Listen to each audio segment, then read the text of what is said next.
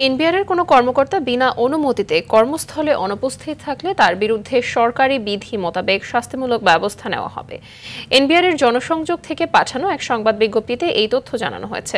এতে আরও বলা হয়, আন্দোলনের কারণে অর্থনীতির অনেক ক্ষতি হয়েছে। এদিকে টানা দ্বিতীয় দিনের মতো কমপ্লিট শাটডাউন কর্মসূচি পালন করেছে এনবিআর সংস্কার ঐক্য পরিষদ। আরও জানাচ্ছেন তৌহিদুর রহমান।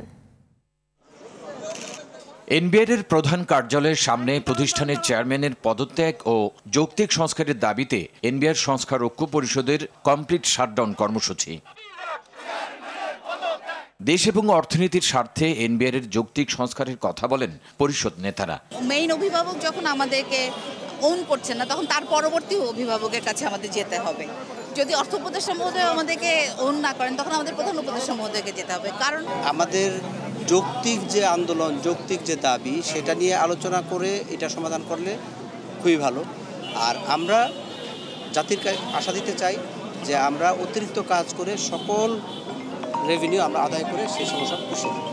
সামগ্রিক বিষয়ে অর্থ উপদেষ্টার সঙ্গে আলোচনা করতে চাইলেও অপারগতা জানান উপদেষ্টা। বৈঠক হবে না, ওটা আমি বলতে ক্যাবিনেট পরে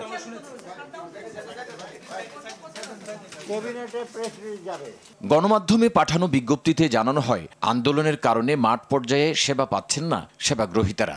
বিজ্ঞপ্তিতে আরও বলা হয়, বিনা অনুমতিতে কর্মস্থলে অনুপস্থিত থাকলে সরকার আইন অনুযায়ী শাস্তিযোগ্য অপরাধ হিসেবে ব্যবস্থা নেবে। সবাইকে কর্মস্থলে ফিরে আসার আহ্বান জানানো হয়।